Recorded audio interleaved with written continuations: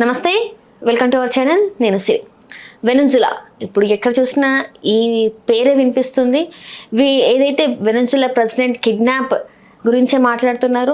అసలు ట్రంప్ తీసుకునే నిర్ణయాలు ఎట్లా ఉన్నాయి, ఏంటి, ఎందుకు ఇలాంటి వైఖరి తను అవలంబిస్తున్నాడు అనేది ఒక ఇంత ప్రశ్నార్థకంగా మారింది. మరి దీని మీద స్పందించడానికి ఈరోజు మనతో పాటు ఉన్నారు ప్రముఖ రాజకీయ విశ్లేషకులు భరద్వాజ్ గారు. నమస్కారం సార్. నమస్తే సార్, ఇప్పుడు చూసుకుంటుంటే వెనెజులా ప్రెసిడెంట్ని అమెరికా ప్రెసిడెంట్ కిడ్నాప్ చేసి తీసుకురావడం, తన వైఫ్తో సహా తనను కూడా కిడ్నాప్ చేసి తీసుకురావడం, అసలు ఈ కిడ్నాప్ అనేది ఎంతవరకు కరెక్ట్ అంటారు? ఒక దేశ ప్రెసిడెంట్ని కిడ్నాప్ చేసి తీసుకురావడం అనేది దాన్ని ఎలా చూడాలి సార్? అసలు అంటే నికోలస్ మధురో అతని వైఫ్ ఇద్దరిని కూడా తీసుకెళ్ళిపోయారు. ఈ తీసుకువెళ్ళి పోవడానికి ఎవరు ఎన్ని విధాల కారణాలు చెప్పినప్పటికీ, అంటే ఆ దేశంలో అంతర్గత ప్రజాస్వామ్యం లేదు, ఇలా రకరకాల ఆరోపణలు చేస్తూ ఆయన లిఫ్ట్ చేశారు. అంటే అమెరికాకి ఇలా వేరే దేశం నుంచి వేరే దేశంలో దాడులు చేయటము, అక్కడ ఉన్నటువంటి ప్రెసిడెంట్ని తీసుకెళ్ళిపోవడం అనేది కొత్త ఏం కాదు.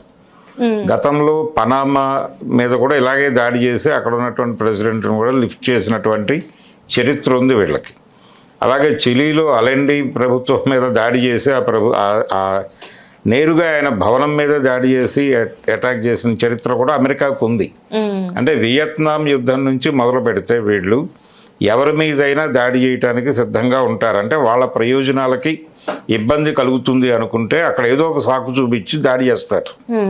అంటే వాళ్ళు దాడి చేయడానికి ముందు అక్కడ ఏదో సర్వనాశనం అయిపోతుంది, ప్రపంచాన్ని నాశనం చేయడానికి కుట్రలు జరుగుతున్నాయి అన్న లెవెల్లో స్పెక్యులేషన్ క్రియేట్ చేస్తారు వాళ్ళే, మీడియాని కంట్రోల్లోకి తీసుకుని. అందులో భాగంగానే సద్దాం హుస్సేన్ మీద దాడి జరిగింది గతంలో. సద్దాం హుస్సేన్ని చంపడానికి ముందు అతని మీద ఒక విష ప్రచారం జరిగింది.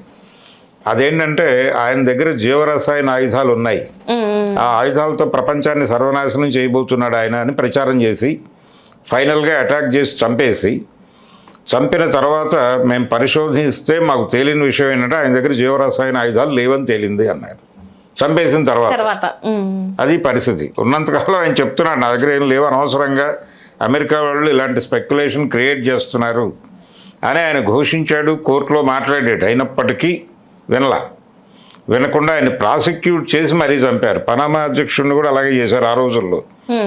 అసలు ఏ మనిషికి వెయ్యనంత శిక్ష, 90 ఏళ్ల శిక్ష వేశారు ఆయన. 90 ఏళ్ళ శిక్ష వేయటం అంటే మామూలు విషయం అది. కాబట్టి ఇలాంటి దుర్మార్గమైనటువంటి పనులు చేయటానికి అమెరికా ఏ రోజున మొహమాట పడదు. తనకి కావలసినటువంటి వనరులు ఆ దేశంలో ఉన్నాయి అంటే నేరుగా ఆ దేశాన్ని తన కంట్రోల్లోకి తీసుకోవటం అనేది ప్రోగ్రామ్. అంటే ఏదైతే ఫ్యూయల్ అక్కడ ఉంది కాబట్టి తీసుకోవడం ఏంటి అంటే అక్కడ ఉన్నటువంటి ఫ్యూయల్కి ఒక ప్రత్యేకత ఉంది. ఆ ప్రత్యేకత ఏంటంటే అది పెద్దగా ఎక్కువ శ్రమ పడకుండానే రిఫైన్ అవుతుంది. రిఫైన్ చేయటానికి కొన్ని దేశాల్లో దొరికే ఆయిల్స్ మీద ఎక్కువ స్ట్రెయిన్ పెట్టాల్సి ఉంటుంది. ఇక్కడ అక్కర్లేదు, ఇది తక్కువ స్ట్రెయిన్తోనే దాన్ని రిఫైన్ చేసుకోవచ్చు. అందుకని ఇది కొంచెం వాల్యుబుల్ ఆయిల్ ఉంది వెనెజులాలో. అది మాత్రమే కాదు, అక్కడ ఉన్నటువంటి ఖనిజ సంపద కూడా వాళ్ళకి అవసరం. గతంలో వెనెజులా నుంచి వాళ్ళు నేరుగా ఆయిల్ తీసుకునేవాళ్ళు. ఈ తీసుకుంటున్నటువంటి సందర్భంలో అక్కడ ఒక సోషలిస్ట్ ప్రభుత్వం అధికారంలోకి వచ్చి ఈ విధానాన్ని తప్పన్నారు. తప్పు అని చెప్పిన తర్వాత వాళ్ళు అక్కడ ఉన్నటువంటి ఆయిల్ దీన్ని మొత్తాన్ని కూడా నేషనలైజ్ చేశారు. నేషనలైజ్ చేసి జాతి ప్రయోజనాల కోసం మేము వ్యాపారం చేస్తాం తప్ప ఏ విదేశీ కంపెనీని ఇక్కడికి అనుమతించము అని చెప్పారు. ఆ చెప్పిన క్షణం నుంచి ఇప్పటి వరకు, అంటే మధురోసు ఇతనికి ముందున్నటువంటి ప్రెసిడెంట్ తీసుకొచ్చినటువంటి నిబంధన అది. ఆయన తర్వాత మధురో వచ్చిన తర్వాత ఈయన దాన్నే కొనసాగిస్తున్న సందర్భంగా ఈ మధ్య కాలంలో కొంతమందికి నోబెల్ బహుమతి ఇచ్చారు. అక్కడ నోబెల్ బహుమతి ఇవ్వటంలోనే కొంతమందిని టార్గెట్ చేసి ఎరవేశారు. అలాగే ఈయన ప్రభుత్వంలోనే ఉపాధ్యక్ష పదవుల్లోనూ అక్కడ అలా ఉన్న వాళ్ళని కొంతమందిని సరెండర్ చేసుకుని మమ్మల్ని గనక ఈ దేశంలో ప్రమోట్ చేస్తే, పొలిటికల్గా ప్రమోట్ చేస్తే మేము తిరిగి అమెరికన్ కంపెనీలకు తలుపులు తెరిచేస్తామని వాళ్ళ దగ్గర నుంచి వాగ్దానం పొంది, వాగ్దానం కాదు వాళ్ళు సరెండర్ అయిపోయారు. ఇప్పుడు ప్రపంచవ్యాప్తంగా జరుగుతోంది రెండే. లొంగిపోతావా చచ్చిపోతావా అని. ఆ లొంగిపోతావా చచ్చిపోతావా అనే ప్రశ్న వేసినప్పుడు అది ప్రతి వెనుజులాలో దేశంలో ఇదే జరుగుతుంది. అదే జరుగుతుంది ఎక్కడైనా. వెనుజులాలో ఆ ప్రశ్న వేసినప్పుడు సరెండర్ అయిన వాళ్ళు కొంతమంది ఉన్నారు. ఆ సరెండర్ అయిన వాళ్ళకి పీఠాన్ని అప్పచెప్తారు. వాళ్ళకి పీఠాన్ని అప్పచెప్పడం కోసం సరెండర్ అవనటువంటి మధులోని ఆయన వైఫ్ని కస్టడీలోకి తీసుకుని తోసేశారు అవతలకి. ఇది జరుగుతున్నటువంటి పద్ధతి. కాబట్టి ఇది ఒక రకంగా ప్రపంచ కగార్ ఆపరేషన్గా చూడాలి. ప్రపంచవ్యాప్తంగా జరుగుతున్నటువంటి కగార్ ఆపరేషన్ ఇది.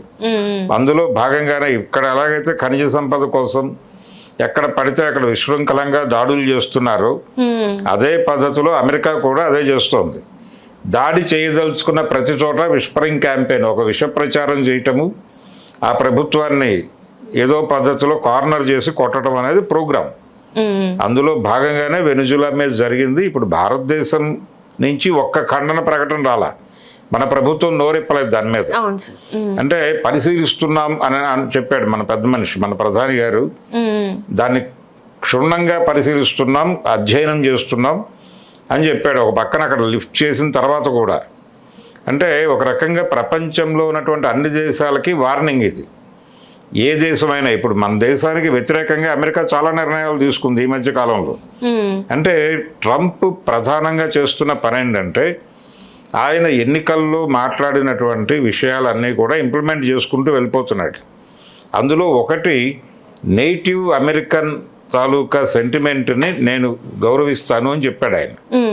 అందులో భాగంగా వాళ్ళకు ఉన్నటువంటి రకరకాల అంటే వాళ్ళ ఎంప్లాయ్మెంట్కి ఒక రకంగా డేంజర్ ఉంది అంటే అవుట్ సోర్సింగ్ ద్వారాను ఇలా రకరకాలుగా, అలాగే బయట నుంచి వస్తున్న వలసల వలనను, అలాగే ఆ దేశంలోకి విపరీతంగా దిగుమతి అవుతున్నటువంటి వస్తువులని సేవలని వీటన్నిటినీ కంట్రోల్ చేయాలి అనేటువంటి ఒక అభిప్రాయం ఉంది ఆ దేశ ప్రజల్లో. అంటే నేటివ్ అమెరికన్స్లో ఉందని వాళ్ళు చెప్తున్నారు.